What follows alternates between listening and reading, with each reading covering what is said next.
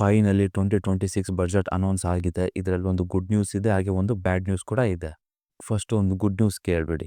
Government security transaction tax ನ increase ಮಾಡಿದ್ದಾರೆ. So ಅದರಿಂದ ಫ್ಯೂಚರ್ ಅಂಡ್ ಆಪ್ಷನ್ಸ್ ಟ್ರೇಡಿಂಗ್ ಮಾಡೋರಿಗೆ ಈಗ ತುಂಬಾ ಕಾಸ್ಟ್ಲಿ ಆಗಿದೆ. ಸೊ ಅದರಿಂದ ಪ್ರಾಫಿಟ್ ಬುಕ್ ಮಾಡೋದು ಕೂಡ ತುಂಬಾ ಕಷ್ಟ ಆಗುತ್ತೆ. ಸೊ ನೀವು ಏನಾದ್ರು ಕಂಟೆಂಟ್ ಕ್ರಿಯೇಟರ್ ಆಗಿದ್ರೆ ನಿಮಗೊಂದು ಗುಡ್ ನ್ಯೂಸ್ ಕೂಡ ಇದೆ.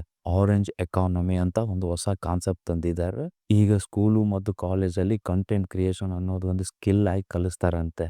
ಚೆನ್ನಾಗಿದೆ ಅಲ್ವಾ? ಇನ್ನು ಕಂಟ್ರಿ ಡೆವಲಪ್ಮೆಂಟ್ ಬಗ್ಗೆ ಏನಾದರೂ ಹೇಳಬೇಕು ಅಂದರೆ ಸೆಮಿ ಕಂಡಕ್ಟರ್ ಮತ್ತು ರೈಲ್ವೆಗೆ ಫುಲ್ ಸಪೋರ್ಟ್ ಸಿಕ್ಕಿದೆ.